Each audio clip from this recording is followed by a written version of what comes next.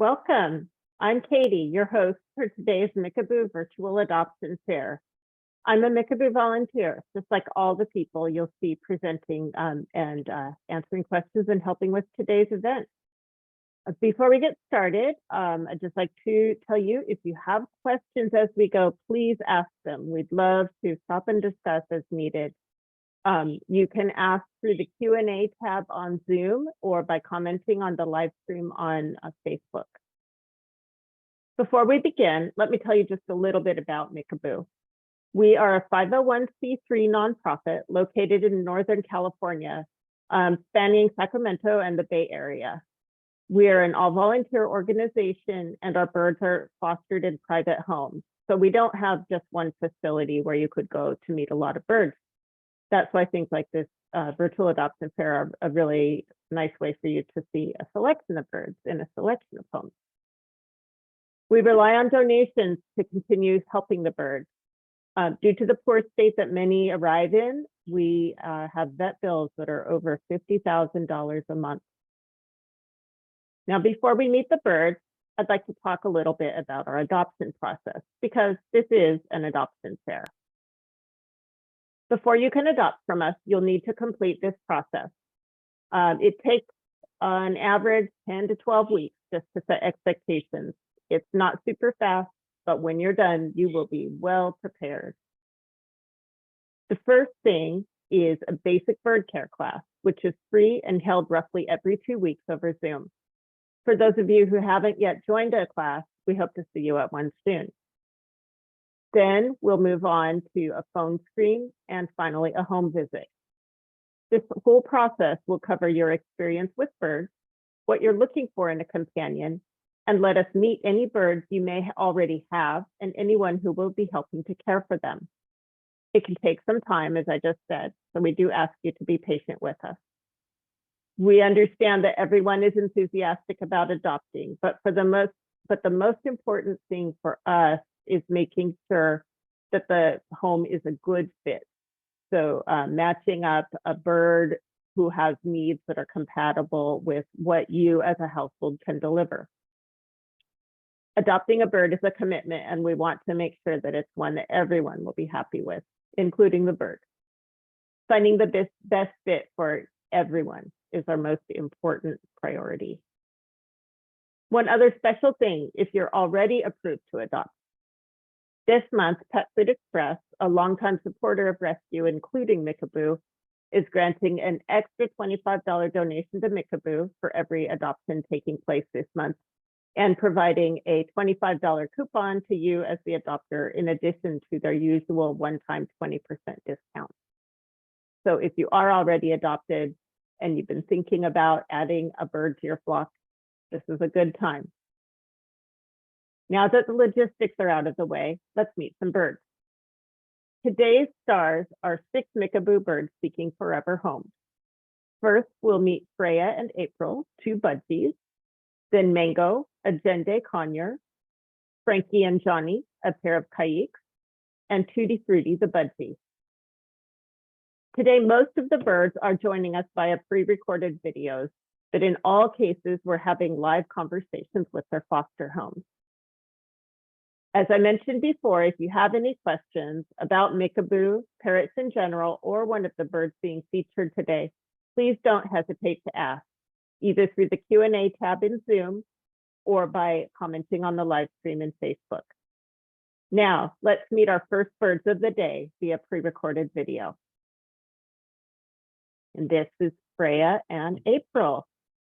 So hi, Peggy, can you tell us about who are we seeing here? I believe that this is Freya looking at us, tails up with her face in a food bowl, but I'm not quite sure.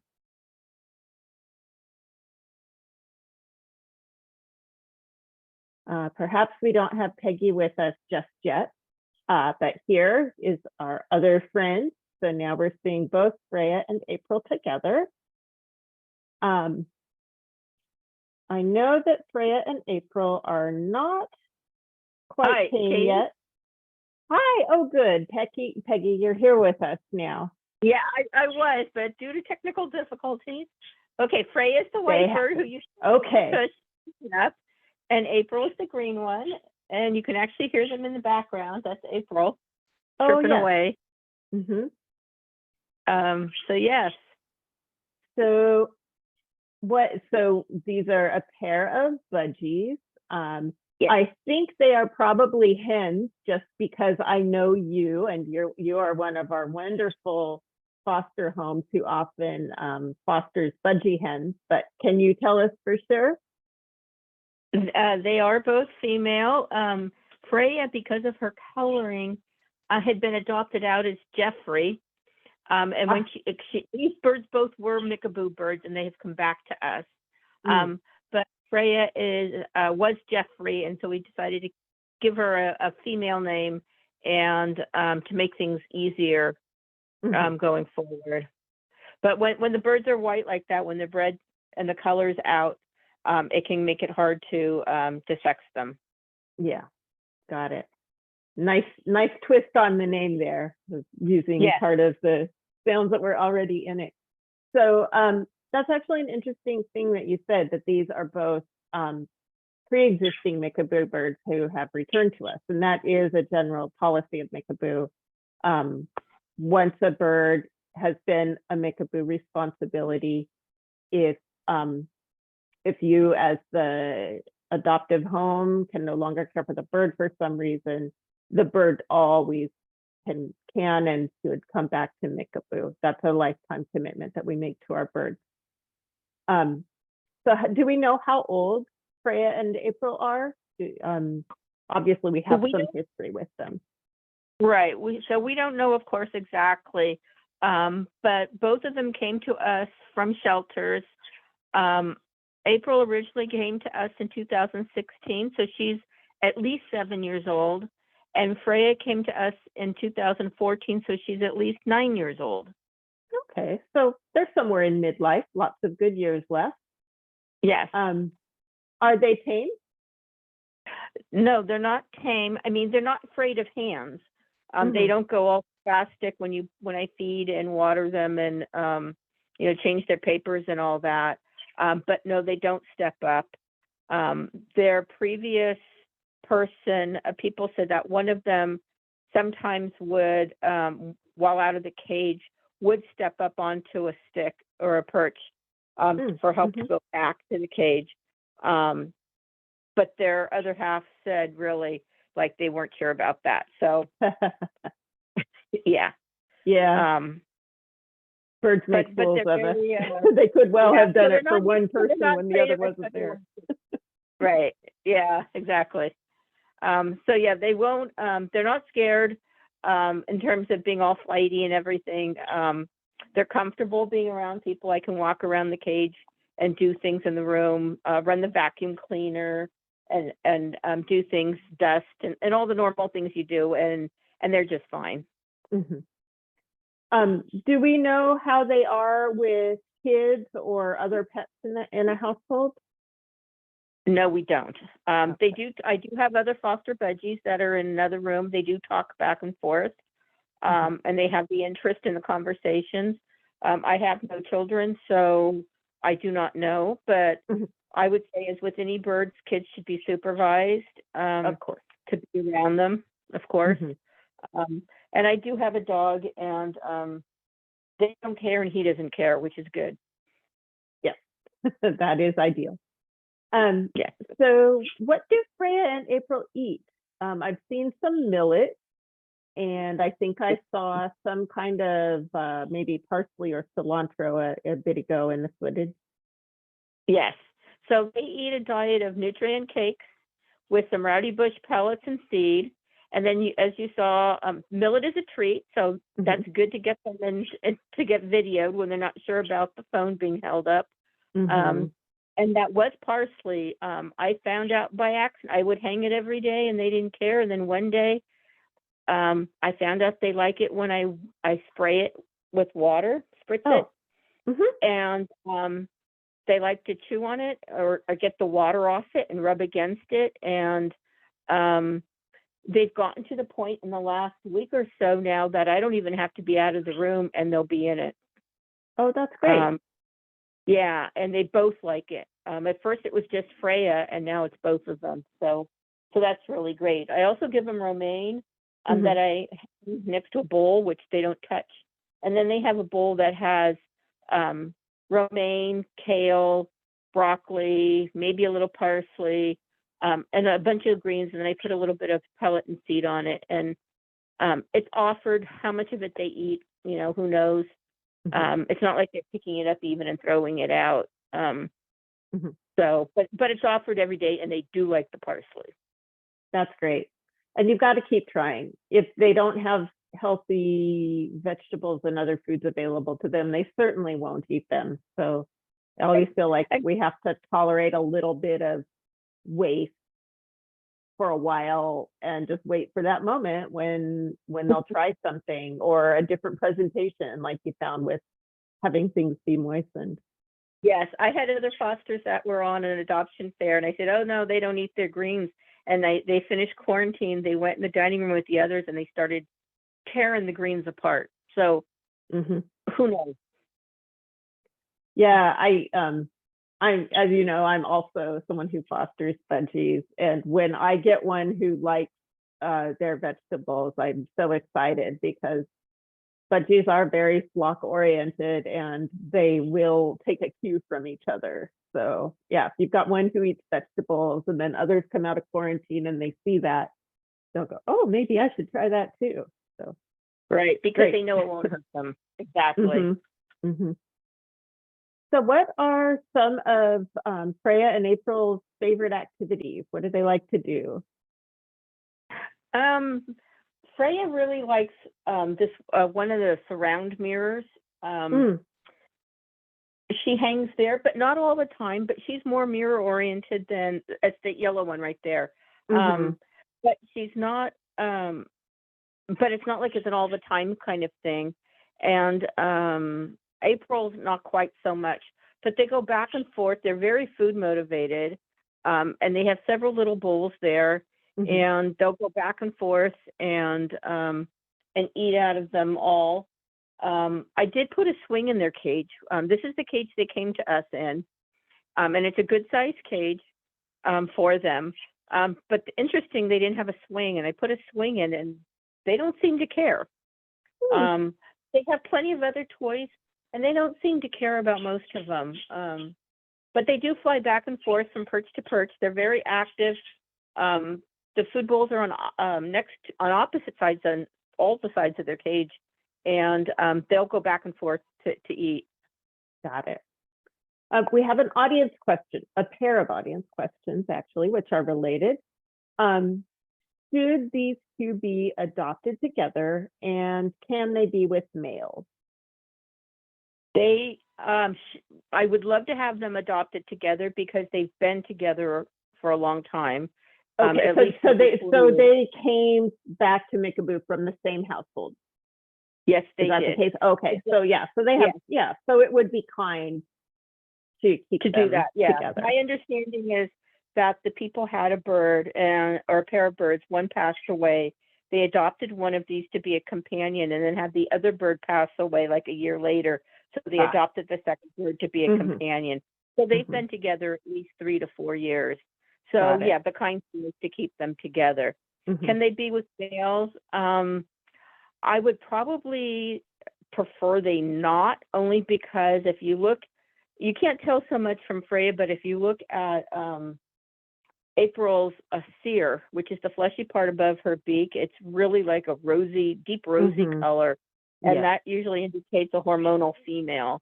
And since we don't want to promote baby birds, maybe being with a male may not be a good thing. Yeah. So yeah, that's one thing of we certainly don't want to promote breeding. That goes against everything that Mickaboo is valuing and working towards for companion parrots in human households. Ideally, there should be wild birds, and that would be that. But since there aren't, we do our best for the ones there are. In addition to not breeding, the other advantage of keeping these birds in a single all-female flock would be that it would help to limit the degree of hormonal activity they have. Sex hormones in birds are usually at a pretty low inactive level, and it's metabolically hard on their bodies to be in a more hormonal state for a long time. So we really do everything we can to limit that. Right. We're almost out of time for Freya and April, but before we move on, are there any last things you'd like to tell us about them? Well, I do have a funny story. One is April makes this funny noise. They do sometimes pick their avocake up and drop them. They're eating them, it falls out of the bowl. Mommy goes over, picks it up, puts it back in the bowl, you know, if it's practical to do so. But this was a weird noise, and I snuck down the hall and I peeked in at them. And April was making this noise that God knows came from her tail, and it came all the way up her body, and it sounded almost like she was quacking like a duck. I've never heard a Budgie make this noise before. And she does it fairly regularly. So I don't know what it means, but it was interesting. And then just this week, I opened up the door, and their door is a big door. So when I clean their cage, I can stick my whole head and half my body in to clean. And they're really good about it. Well, opened up the door, April, right at my face, and out she went. And so so the good thing is, of course, it is first thing in the morning. They're hungry. She was out for about half an hour, sitting on her cage, looking very proud of herself. And then she put herself back in and had breakfast, and her day went on. So her previous people did let her out, both of them out. One was starting to have a little trouble sometimes going back in. Freya had no interest in really coming out, but April sure had a good time checking everything out. Well, thank you so much. And that was actually we had one more audience question of, do they enjoy time out of the cage? So now we just got a little insight on that. So yeah. Audience members, please keep your questions coming. And thank you so much, Peggy. It was a pleasure to meet these two. They're very, very sweet. They are very cute too. I've enjoyed watching them. Now we'll thank you for your time, and we'll move on to meet a conure named Mango, and Mango is coming to us live. Hi, Dara. Hello. Can you, oh, how cute. Can you introduce us here? Yeah, this is Mango, and she's a Jenday conure. A snuggly one, it looks like. Yeah. Also gets a little tangled in there sometimes. And I know actually snuggly is not actually an attribute we go for in a huge way, but some birds are very comfortable with people and like being with them, and definitely looks like she's one of those. Yeah. Well, right in her defense, right before the show, she had a little bit of a bath in her water bowl, and so was just sort of thinking about taking a nap. And I kind of interrupted that to come and say hi. Well, Mango, thank you for waking up for us. Hello, cutie. You what? Hi. Say hello. Yeah. Hi. Up. There you go. Sounds like she's kind of talking to you there. She's definitely when I'm talking, she's talking. When I'm eating, she's pretending to eat sometimes, and she really likes to I think copy a lot of the things that I'm doing to be kind of part of the family, part of the action. Yeah, she looks like a full participant here in our little conference we're having. Do we know, we're referring to her as she, do we know if Mango is male or female? We actually don't know. I just have been calling her a she, and sometimes you can tell a little bit from behavior, but I haven't been able to really develop an opinion either way. Maybe it's also because I have adopted a male Jenday, and so it just makes it easier convenience to refer to him and to her. Yeah, I don't think the birds care. It's our terms. I mean, they care in their way, but they don't care what labels we assign to them. It's not too important to them. How old is Mango? Mango is actually really young. She's only about 3.5 years old. Oh, just through the teenage years, I suppose. oh, so that's a nice time to adopt a bird, because the teenage birds and teenage humans have some things in common. So through that, you have a little more idea of what kind of a long-term companion you're going to get.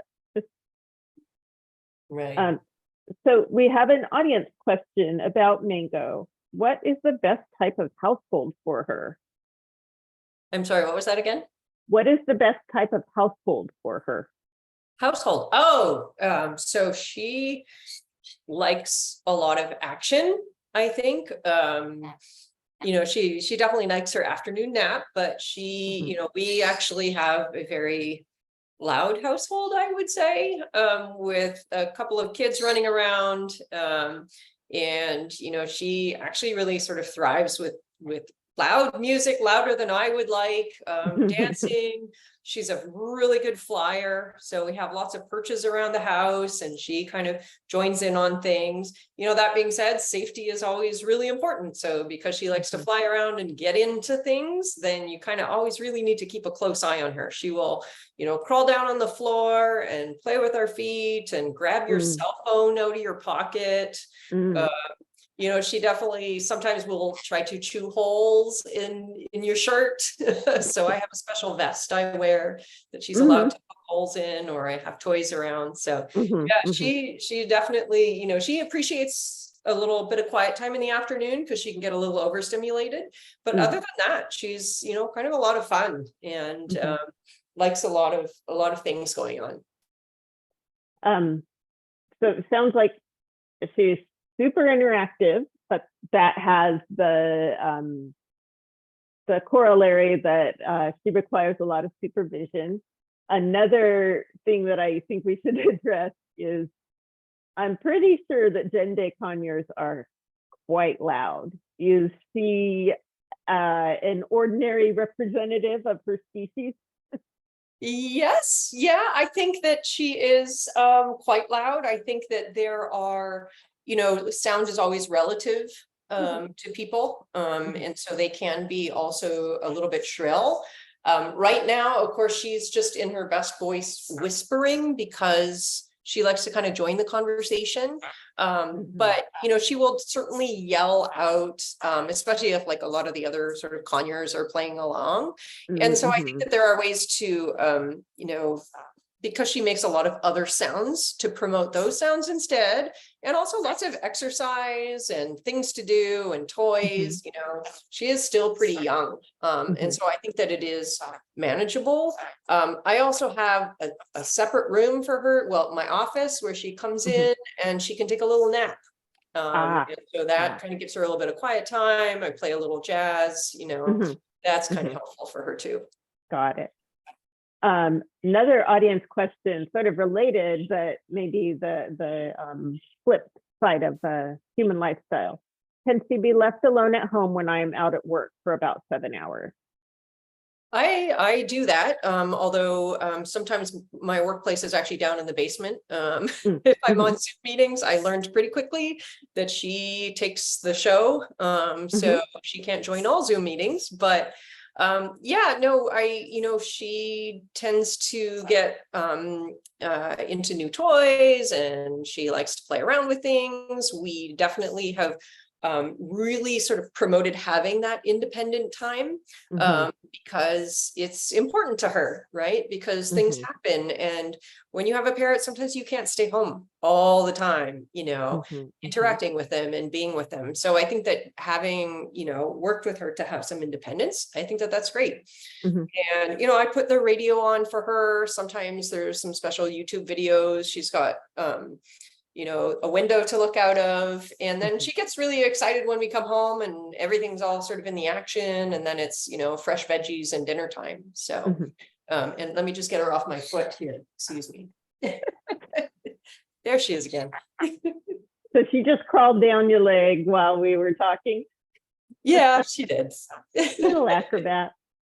Um, we have a couple more audience questions, which dovetail with things that I would ask you anyways. So, how did she come to Mickaboo? Yeah, so she was living with a family, and unfortunately their home was flooded. And so they had to try to find a temporary space, and they were not able to keep Mango at that point. So that was That's really a shame. unfortunate. Yeah. Very sad. Another audience question, can she say any human words? I'm trying to listen. There's certainly, like when I say peekaboo, she has a certain sound that she makes. It doesn't sound like peekaboo. I think a lot of it is kind of mumbling. And I'm trying to still kind of figure it out what it is that she says, especially because she whispers at me. I'm kind of trying to hear, okay, what are you whispering at? But she does make dog sounds, and specifically a very those dog squeaky toys that you squeeze and they squeak on the way in and they squeak on the way out. She can make that one. Oh, that's funny. Can you do that? Hi. Yeah. Oh, yeah. Hey. You've got plenty of cadence and tone and body language to communicate with too, huh? Oh yeah, she's a real dancer. She laughs. She just kind of woke up from her nap, so she's just sort of starting to wake up and move her body. And you're gonna laugh. She's like, "What's funny?" She's like, that joke wasn't funny to me. I don't. Joke wasn't funny. She might also be looking at her own reflection on Zoom. Oh, yes. That's probably very interesting to try and figure out. Yeah. What does she like to eat? Or what is her diet and what does she like to eat? Those might be different answers. Yeah, they're a little bit different. She is actually on a really good diet. So right now she's eating Harrison's bird pellets, about 80% of her diet. And then 20% is like fresh greens, fruit, vegetables. It's kind of hard to say because a lot of it, she is a little bit fussy about her vegetables. Even for fruit, I think sometimes she even just puts her head in there and makes chewing sounds, but she's not actually eating. So we're working on that, but she definitely likes to play around with them. She talks to them. If I'm eating something, I try to okay, well, look at me, I'm eating this broccoli. And she's like, okay, I'll pretend to eat that broccoli with you, but I'm not going to actually eat it. So I chop it up super, super, super, super fine with a bunch of red bell peppers or maybe a little bit of apple and toss it into her pellets. So at least she's kind of getting the juice. So that kind of works.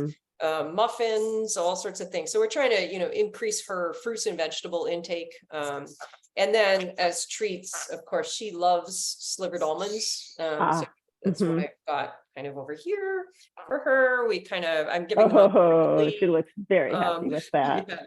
But she won't eat walnuts, which is a little bit strange. She's a connoisseur.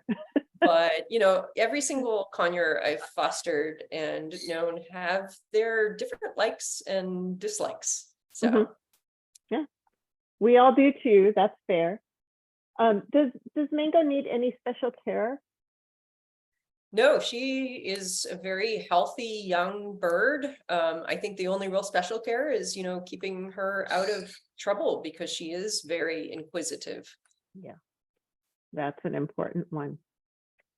So it's about time to move on to meet our next birds. But before we do, are there any last things you'd like to tell us about Mango? Well, I've been fostering Mango for a number of months now, and I feel that, whoever ends up as her forever home is going to be extremely lucky because she is an absolutely wonderful, wonderful bird to be around. She's very charming. Thank you so much for introducing us to her. As we move on to our next home, reminder to our audience, you can ask questions in the live stream in Facebook or the Q&A tab here in Zoom. And this is now Frankie and Johnny, a pair of Caiques. Hi, Leslie. Hi, and thank you so much for having Frankie and Johnny on today. Oh, they're cute. We're very happy to meet them. Who's who? Okay, so Johnny is on the right, Frankie is on the left, All Frankie right. is a female and Johnny is a male. Oh, And they have been together for about 15 years. They are the best of buddies. They're like an old married couple, but they're not that old. They're 15. And the people that had them got them together as babies. They came in because the man passed away. He was elderly, and his wife went into a care home, I believe. And so these two came into care with Mickaboo as soon as they found a home. And I saw the Caiques, and I've fostered Caiques before, and we jumped at them. We just couldn't wait to have them in our home. And they are just such an incredible amount of joy to us. Frankie on the left, they're both so well behaved. She's a little bit shy and timid. And Johnny, he is outgoing and gangbusters, wants to be with you. He wants to interact. They both talk back and forth. They're very interactive as far as communicating. When I wake them up in the morning, I'll go in and I'll talk with them, and they make these little sounds, and then they want to get out of their cage to put their big morning poop in the trash can. And then they get a little piece of walnut. And unlike Mango, these two are crazy about pieces of walnut. And I keep a little bowl in a drawer next to them, and it's got slivered almonds and walnuts, and they always go for the walnuts if there's walnuts in there. So by default, they'll go for an almond. But they're very well-behaved Caiques. Caiques tend to have strong... Well-behaved is not my sort of my vision of Caiques. Right. I've fostered two others for Mickaboo that I wouldn't say were well-behaved. They were, but these two will step up. They're getting to the point now. They've been with us for about going on 4 weeks, and they're getting to the point where the honeymoon period is over. The honeymoon period being the first couple of weeks when they want to show you what good birds they are. And now their full personalities, we believe, are pretty well out there, and they are just adorable. They know what they like and they know what they don't like. And if they don't want to come up, they will push your finger away. They'll make a little growl sound and no, I don't want to step up. And if you push it, they might grab your finger. They don't really bite, but they'll grab your finger to let you know, and then they'll push you away again. So they do know what they want. That's pretty clear. I have to say clear. Thank you to any parent who could let me know in that firm and polite way. Nope, not right now, or I don't like, And if you respect that, they're just incredible. Usually Johnny wants to come out, and if Johnny comes out, Frankie will follow. Frankie's the follower. They're in separate cages, but they get a lot of supervised time out together. And I do want to make sure, just in case anyone missed it, we did share a comment with you here in Zoom that these two need to be adopted together. That's Absolutely. They've been together for 15 years, and they are the best of friends. Yeah, they look so cute, and they really do. Like, they're just physically close together. Everything you've been showing us, the playing with roses, and now here they are. It looks like they're having a bath. Yes. Johnny has just started to investigate coming down off his cage, and he will come down the cage. He's learning that very quickly, and she'll follow him. He hasn't wandered too far yet, but he is starting to explore a little bit. So they love their baths. They absolutely love their baths. Now I'm filling the tub. I put in about a ½ inch of tepid water, and they paddle around through the water, and I spray them, and they make these cute little sounds. My favorite time with them is at night when I'm putting them to bed, and they'll either go in their cage, or I'll put them in their cage and sing lightly to them. And they make the sweetest little sounds back. Oh, Very interactive. we have some audience questions now. One, and now that I think about it, I wonder too, why separate cages? They're in separate cages. One is a male, one is a female. And like a married couple, sometimes they will squabble together. In fact, the place I've seen them squabble is in our outdoor cage for them. And they never hurt each other, but they do squabble a bit. And so it's good for them to have their own space. And then there's the hormone issue, which you often get with a male and a female bird. Right. And one of them might tend to bully the other one a little bit. And it's just best that they have their own space, either to retreat to or to sleep in. And they do spend some time in there during the day. They're out Got a it. lot, but they're also in there a lot. Okay. Another audience question, do they fly? No, but they had their wings clipped right before I got them 3 weeks ago. As I'm putting them in the tub, I'll lower my finger gently and they're flapping. They love to flap. And so now I'm exercising them, moving them down, they flap. I move them up, I move them back down, they flap. And we'll go through that, and it gives them wing exercise. And Johnny actually tried to take off today a little bit. And so they could easily fly. All right. So that answer may be to be updated later. Let's go back and talk about that outdoor cage for just a minute, because being outdoors, there are safety risks, exposure to predators and such. So Yes. Can you discuss how you manage that? I understand that you stay with them when they're in their outdoor cage.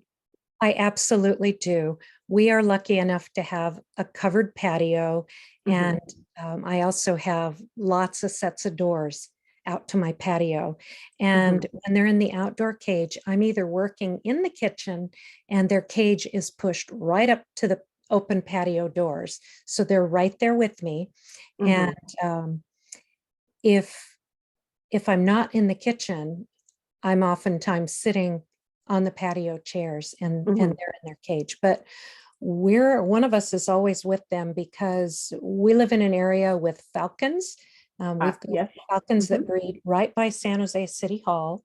And we've also got some other predator birds in our neighborhood and in the large trees. And those predator birds wouldn't hesitate to try to attack little birds. And it's interesting, even under a covered patio, I've had other birds, when I've been out there with them, predator birds try to fly from the fence to them. So you always want to be out with your birds when they're in a cage. Yes. Thank you for that reminder and for pointing that out, because yes, it's a risk. There are benefits to being outside, and managing it is not easy, but it sounds like you do stay with them, and that is fantastic. Do Frankie and Johnny need any special care? I know that we see on one of them some what looks like maybe some previous clucking that I understand seems like perhaps it stopped. Can you tell us about that and any other special considerations? Yes, when we took them to the vet, Johnny was a little bit scruffy looking, and we don't know how much care they got the last few months of their lives, when people were really not in a place to be able to take care of them. We don't know how long they might have been alone. Takes some having somebody come in and take care of them, but we don't know their situation, and we don't know what kind of diet they were on before they came to me. So all of those things, plus the stress of having their daddy pass away, he was 85, and then the mom, who knows how she reacted to that, but they do feel your feelings, and they they sense what's going on a lot of times in your home. Mhm.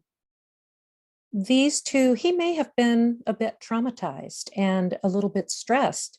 That Mhm. could have been enough to make him pluck, or it could have been a little hormone action. The vet tended to think it might be because of stress. Ah, This is Johnny or Frankie. She loves to sit in the window and look out, watch what's going on outside. Back to the feathers. So Mhm. new white feathers are coming in. I haven't seen too many of the gray feathers on the ground. And Mhm.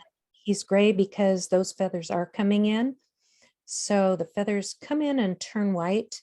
Mhm. We're just not 100% sure if Yeah. it was due to instability in the home, lack of a good diet, Mhm. or what the situation was. But Yeah.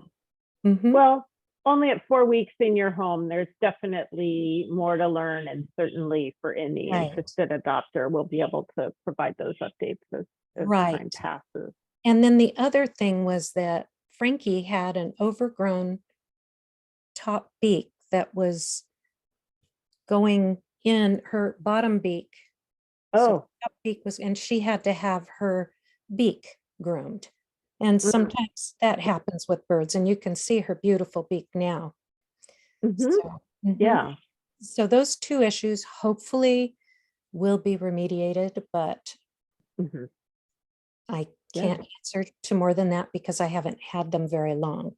of I course. can say when they came into our house, and I've had many, many, many foster birds for Mickaboo. When they came in, I opened their cage door because I heard they were tame to see Mhm. what they would do, and they immediately came out. And he Oh, immediately wanted to step up. And it was like he had been with me forever. And then she oh, stepped up, and they were very friendly and almost like welcoming me in my own home. mhm. They That's were, so sweet. they're so delightful. These two are, I wish I could keep them. I travel a lot, far and Mhm. wide, and these two are probably some of the most delightful parrots I've ever had. I know you have fostered many birds for us, so that is very high praise. We're just about out of time now, but before we wrap up, are there any last things you'd like to tell us about Frankie and Johnny? Honestly, I'm surprised even after 4 weeks that they're still with me because they are so wonderful. They're just, it seems to kind of come in waves. Not very many Caiques come in, Mm-hmm. and sometimes there's a lot of people looking for them, and other Mm-hmm. times not so. And a lot of people don't know about Caiques, but Yeah. these are called the clowns of the parrot world. They're one of the Mm-hmm. birds that are the clowns of the parrot world, and Caiques tend to hop up and down, straight up and down. They're just darling. Mm-hmm. Oh yeah, that little bunny hop they do. It's Yes, very yes. cute. Well, maybe their people are out there with us today. Um, and if not, hopefully soon. And in the meantime, thank you for taking good care of them. Oh, it's my And privilege. thank you so much. Thank And you. now we will meet a budgie named Tutti Frutti. And we're going to speak with Dara again. So hello again, Dara. Can you Oh, introduce us to again. this cute budgie? Yeah, this is my other foster, Tutti Frutti. Hmm. Oh, look at her checking out a hand. No, thank you. Not right now. Yeah, well, that was pretty good because, when we took this video, she'd only been here about a week. Oh, wow. And, it's Hmm. she's gotten a little bit more comfortable since then, even. Wow. Because I would say that there's no fear there. Just a no, at this moment, I'm not interested in that. But yeah. Yeah. Oh, what a cutie. Is Tutti Frutti a girl or a boy? I know that we can tell from this deer color. I'm just not getting a view where I can see Yeah, right I believe now. that Tutti Frutti is a girl. She is Okay. my first budgie foster. And she is incredibly sweet. I really, really enjoy budgies. Well, just say personally, I'm a budgie junkie. So welcome. Glad you're getting to know my part of the bird world. How did Tutti Frutti come to Mickaboo? Yeah, so Tutti Frutti was at the Berkeley Humane Society. Mm. And then, she started to show signs of illness. So kind of fluffed up, heavy breathing, not really eating or drinking. And so they called Mickaboo. And actually, so we ran over there to pick her up and take her over to the vet. She wasn't looking very good. And then she spent a fair amount of time with the vet with supportive care, running diagnostics. And then she got better. We didn't find anything. The vet didn't find anything particularly wrong with her. She just needed a little extra care. It's possible, that she was lost for a while and had been outside. And so she's been, really healthy ever since. And I think a happy little budgie. Yeah, she certainly looks confident and comfortable where she is. So we don't know how old she is. We could tell she's an adult because she doesn't have those little black stripes going all the way down to her forehead. So we know she's an adult, but beyond that, probably be a guess about her age. Yeah, she's an adult. And again, my first foster budgie, but she certainly likes to play and she does little somersaults. She's pretty active. She likes to fly around. And so I think, she's definitely still, got a lot of sort of young budgie like characteristics, but maybe they stay playful their whole lives. Some of them really do, because I've had other fosters from shelters where we did not know the age. We knew they were adult, but beyond that, it would be a guess, who were very playful and who ended up in my home for years and who were still the ones who were hanging upside down from toys and tumbling around in corners and stuff. So yeah, some of them, I think it's just their nature. Although in general, the young ones, like many species, are more playful, practicing all their behaviors for adult life, I think. We mentioned when we met your Conure foster that you have a full household with other animals and kids. Has Tutti Frutti met the kids of the household? Is she good with kids? Yeah, well, so I think that she is not afraid of kids, and I have a 12 and 7-year-old, and they can be kind of busy. I have trained the kids to not, pop balloons around the Budgie's cage or, throw things. And so part of, having birds with young kids is making sure that the kids know what is safe and what scares the bird. And what doesn't. And so, and my 12-year-old is definitely helping, feeding her and cleaning her cage. I'm always there. I'm the one in the morning. I check, I make sure she's been woken up. She has her little bird songs going. We spend some separate time socializing. So, she's definitely not afraid of kids, but not a good pet for a kid, because they are, they're very tiny. Big personalities, but very, very tiny. And so they need to be handled with care, so to speak. Yeah, well, what you're articulating is kind of what we are looking for in families with kids who are adopting, that it is an adult responsibility to oversee the caretaking, to set the standard, to make sure the kids are being safe. So, yeah.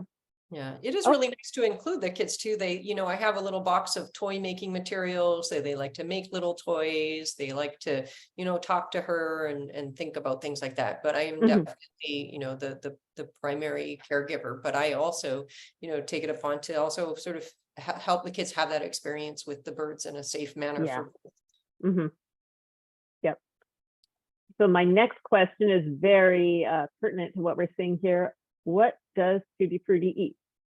Yeah, so Tutti, I'm trying to holding out right now a little piece of spray millet, which is a little bit of a treat right now. She's busy looking out the window. She had already had Mhm. her breakfast at that point, which is a mixture of budgie seed. I've also put a little bit of pellets in there as well. She also gets either at lunch or dinner time a bowl of vegetables and fruit to kind of supplement Mhm. in the morning, like a big sort of I wash off like some dark leafy greens. She usually ignores those and goes for lettuce, but we're working on kale and spinach Mhm. and things like that, broccoli. So I hang that up in her cage and she likes to roll around with it and maybe even take a bath in it. And Mhm. then I've even given her a little bit of fruit and chopped up like slivered carrots and things like that. But she's really kind of into her lettuce, but we're working Mhm. on sort of other types of greens, but predominantly a budgie seed mix right now, Got it. with a lot of other sort of variety thrown in on top. Mhm. How big is her cage?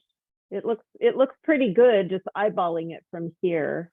Yeah, so But- she's in quarantine.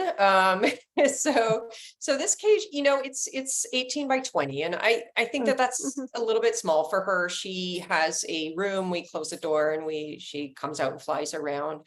Mhm. That's really, I think it's kind of, I think, borderline, not, it's definitely too small, I think, for a single budgie. She does like to come out and fly around, but we'd like to see something closer to like 30 inches. Yeah. And Mhm. she will be sort of moved into a different environment once she's been, fully quarantined for 6 weeks. Right. Yeah. And at that point, in general, budgies need companions. So quarantine is always its own special situation that we have to get through and just provide the social support to birds while they're getting through it. But budgies are very much flock birds. So Right. And I feel sad for her, but I also know, it protects her so we can watch Mhm. her. It protects the other birds. And, we play, she actually is really responsive to bird sounds on, we've got a little device in there. I don't want to give any proprietary takes, but she likes, she's really enjoys the specific bird songs. Yeah. We've tried different types of music and things like that, but she actually really responds to bird calls, and she can hear the other birds in the house. But we really want to help her find other budgie companions, and so Yeah. it's kind of sad for her to be a solo budgie, but Mhm. I think that she's doing pretty well. But Yeah. She looks comfortable and happy, and quarantine is a short season. And honestly, hopefully foster care in general is too. Hopefully she'll find her forever home pretty soon. right. Let's see. I'm checking to see if we have any audience questions. We haven't for a bit. So as a reminder, if you have questions, put them in the Q&A or in the Facebook live stream.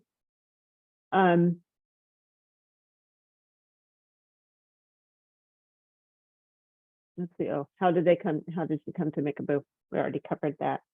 Yeah.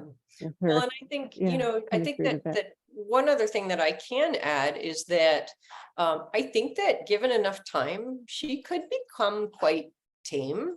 Mhm. She's not, I mean, she gets a little bit startled. She's more in she's got a very large door that opens up. And so sometimes when I put my hand in there in the morning and she kind of gets a startle, she'll kind of fly out. So I always make sure, okay, the door's closed, and then, okay, then she gets her out time.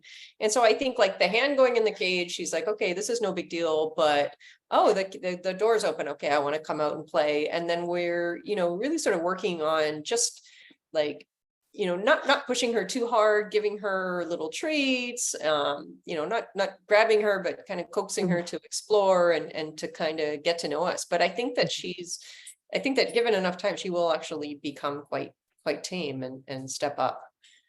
I would think that you're right. Most budgies are inclined that way. Some really just want to be with birds and do their bird thing, but yeah, it looks like it to me. We do have an audience question, which is very pertinent with the shot we're seeing right now.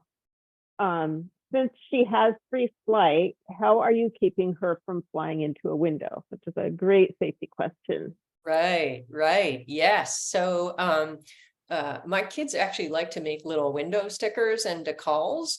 I think so. What we also have is I have her cage, so you can kind of see in the corner there, and so it's very close to the windows because my fear is that she will get a lot of velocity going. And so her cage is right there with the play top on top, so she tends to kind of fly onto the cage. There's also some well, it's not really meant, there's a canopy bed on the other side, which is perfect for bird perching, but Oh, yes, I'm you sure. know, so I purposefully put the cage over there, both so she could look out, get some natural sunlight, but also so that she sees the cage and lands on that. But she certainly has kind of like, I think she has attempted to kind of fly out the window, because she'll kind of hop onto the glass and then like she'll kind of like slide back down and then onto the cage. And it's like, okay, yeah, she's thinking about going out there. So Yeah. we do little sort of stained glass art things with the kids, and they kind of get a kick out of that. And same thing with the Conure Fosters. And honestly, even just like a single sticker or a single decal in the middle of a window, and then they can somehow see it. And that has actually worked quite well for us, but definitely putting alternative perches is extremely important. Yeah. And if the person asking that needs a real quick solution, a Post-it note or two will do in a pinch until you can do something more aesthetically pleasing. Oh, yes. That's a good idea. So we're about out of time with Tutti Frutti, but are there any last things you'd like to tell us about her? No, I think again, you know, just I think that she's gonna get along really well with another budgie. When she was at the vet, she was the, you know, the healthy budgie amongst a bunch of special needs budgies.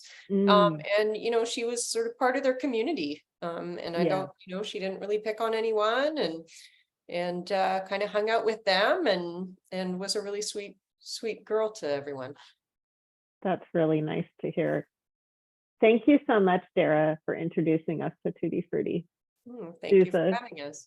Great way to end this adoption fair. So that's all the birds we have time to meet today, but we do have time for a few more questions. So if you have any questions, please do let us know via the Q&A tab or Facebook. We'll also be running a survey to get your feedback on today's adoption fair, and you can find it shared in the chat.